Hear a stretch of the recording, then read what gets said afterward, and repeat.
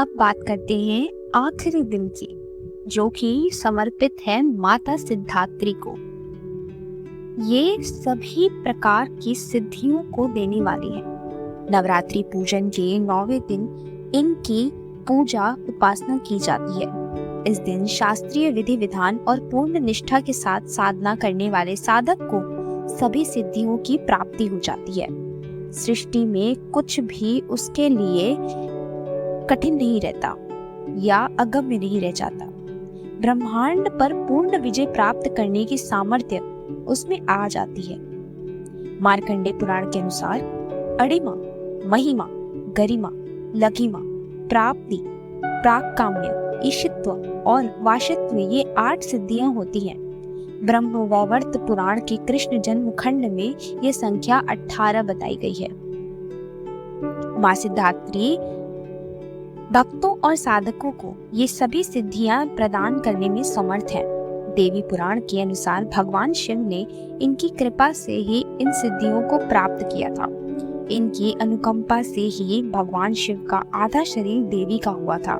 इसी कारण वे लोक में अर्धनारीश्वर नाम से प्रसिद्ध हुए थे। माँ सिद्धात्री 4 भुजाओं वाली है। इनका वाहन सिंह है। ये कमल पुष्प पर भी आसीन होती है। इनकी दाहिनी तरफ के नीचे वाले हाथ में कमल पुष्प है।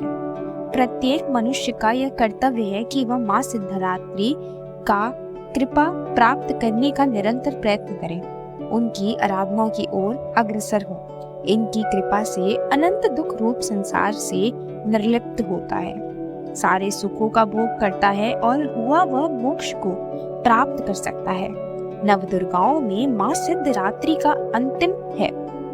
अन्य 8 दुर्गाओं की पूजा उपासना शास्त्रीय विधि विधान के अनुसार करते हुए भक्त दुर्गा पूजा के 9वें दिन इनकी उपासना में प्रवृत्त होते हैं। इन सिद्धिदात्री माँ की उपासना पूर्ण कर लेने के बाद भक्तों और साधकों की लौकिक परलौकिक सभी प्रकार की कामनाओं की पूर्ति हो जाती है। सिद्धिदात्री माँ के कृपा पात्र भक्त के भीतर कोई ऐसी कामना शेष बचती ही नहीं जिसे वह पूर्ण करना चाहे।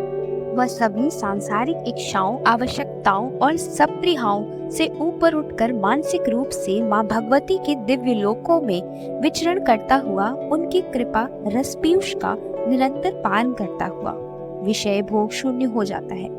माँ भगवती का परम सानिध्य है, उसका सर्वस्व हो जाता है। इस परम पद को पाने के बाद उसे अन्य किसी भी वस्तु की आवश्यकता नहीं रह जाती। माँ के चरणों का यह सानिध्य प्राप्त करने के लिए हमें निरंतर नियमनिष्ठ रहकर उनकी उपासना करनी चाहिए। इनकी आराधना से जातक को अणिमा, लघिमा, प्राप्ति, प्राज्ञा, महिमा, ईशित्व आदि समस्त सिद्धियों और नव आदियों की प्राप्ति हो जाती है। माँ सिद्धात्री की पूजा विधि। माँ सिद्धिदात्री की पूजा करने से पहले ब्रह्म मुहूर्त में स्नान ध्यान करके पूजा स्थल की साफ सफाई करें। इसके बाद पूजा स्थल को गंगा जल से सिक्त करें। फिर माँ सिद्धिदात्री को फूल, माला, सिंदूर, गंध, अक्षत इत्यादि अर्पित करें। साथ ही तिल और उनसे बनी चीजों का भोग लगाएं। इस दिन आप मालपुआ, खीर, हलवा, नारियल इत्यादि भी माता को अर्पित कर सकते हैं। इसके बाद माता सिद्धिदात्री स्तोत्र का पाठ करें और धूप दीपक जलाकर माता को आरती करें। आरती से पूर्व दुर्गा सप्तशती का और दुर्गा चालीसा का पाठन भी करें, इसको ना भूलें। कन्या पूजन और हवन। नवरात्र महापर्व के अंतिम दिन माता को विदाई देते समय कन्या पूजन एवं हवन करने का विधान शास्त्रों में वर्णित किया गया है। मान्यता यह है कि हवन करने के बाद ही व्रत का फल प्राप्त होता है, इसलिए माता दुर्गा की पूजा के बाद हवन जरूर करें। ऐसा करने से सभी दुख दर्द दूर हो जाते हैं। वह माता सिद्धिदात्री की कृपा सदैव अपने भक्तों पर बनी रहती है। इनके मंत्र का जाप है ओम ऐं ह्रीं क्लीं चामुंडाय विक्षे, वंदे वांछित मनोरथार्था चंद्रघर्ता शेखरम।